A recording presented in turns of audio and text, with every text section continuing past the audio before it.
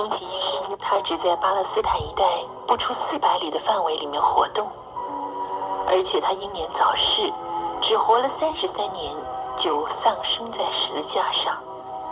他被罗马人以莫须有的罪名处死。但是2000年悠悠岁月，不知道吞噬了多少国家和伟人，许多主义学说被淘汰，多少英雄豪杰被人遗忘，而耶稣呢，却始终受人的尊敬与爱戴。耶稣，你是谁？你生前默默无闻，死后却影响了人类的历史近2000年之久，而且继续左右着人类的历史文化。耶稣，你究竟是谁？你既不是音乐家，不是教育家，更不是医学家和作家。为什么世界上出色的音乐家都因为你的名创作了无数伟大的乐章？为什么千万所学校因为你而创办？为什么众多医院为你而兴建？为什么全世界的作家常常以你生平的言论为题材，写出无数不朽的名作？世界上没有一间图书馆能够容纳所有与你有关的著作，甚至于年销数万册的圣经，书中的主角仍然是你。耶稣，你到底是谁？你让世界上最优秀的才智之士也拜你为主为师。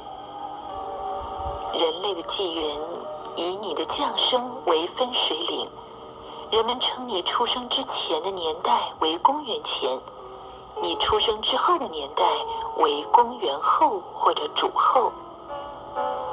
耶稣，你的降生一直影响着人类每天的生活。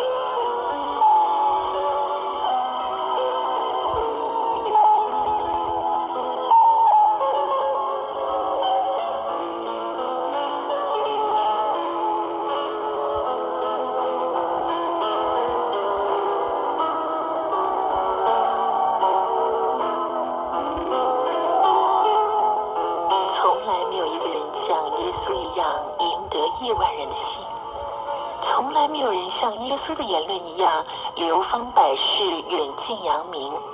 哲士、名人、市井之徒都异口同声地朗读背诵。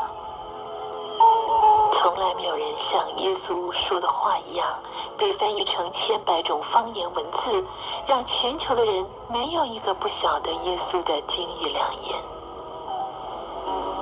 耶稣，你究竟是谁，能够说出这样智慧的话？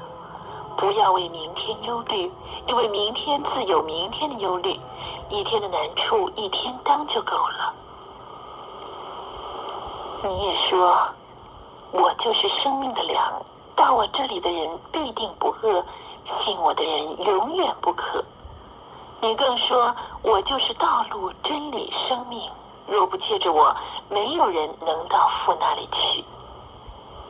耶稣，你是谁？为什么你的话闪闪生光，带着能力、智慧和权柄，让无数人领受了你的话之后，心灵得着平安喜乐？你的话成了信徒脚前的灯，路上的光。你的话改变了无数罪犯，使他们不再犯罪，都成了新造的人。你的话使伤心无助的人得到安慰和依靠。你的话叫人的生命更加的丰盛，更加的积极。耶稣，你究竟是谁？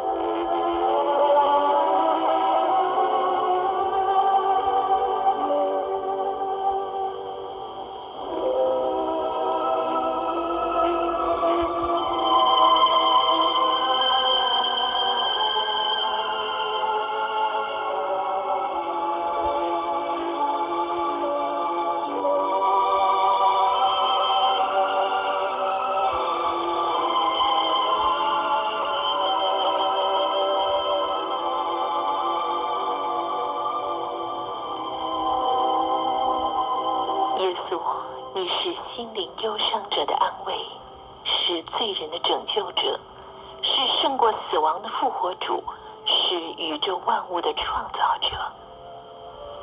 为了爱，你甘愿以创造者的身份降卑为人；为了爱，你甘愿背起十字架，走上牺牲的道路；为了爱，你舍去你的生命，代替世人接受上帝的刑罚。全人类因着你的替死，得免神的审判和定罪。只有借着你，人才能来到圣洁公义的神面前，因为你是永生神的爱子，是人类的救主。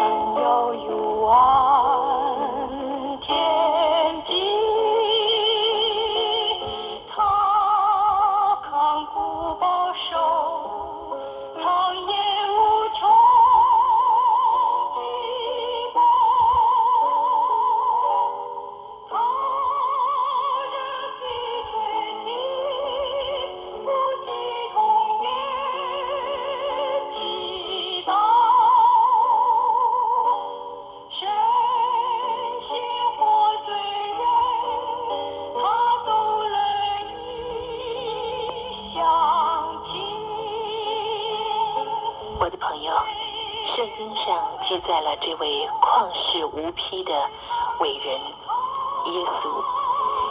因我们还软弱的时候，基督就按所定的日期为罪人死。为一人死是少有的，为人人死会有敢做的。唯有基督在我们还做罪人的时候为我们死，上帝的爱就在此向我们显明了。我们做仇敌的时候，且借着上帝儿子的死得与上帝和好，既已和好，就更要因他的生得救。不但如此，我们既借着我主耶稣基督得与上帝和好，也就借着他以上帝为乐。愿你也认识耶稣，愿你也能够以上帝为乐。夜已经深了，今晚的忘忧谷就跟您谈到这儿了。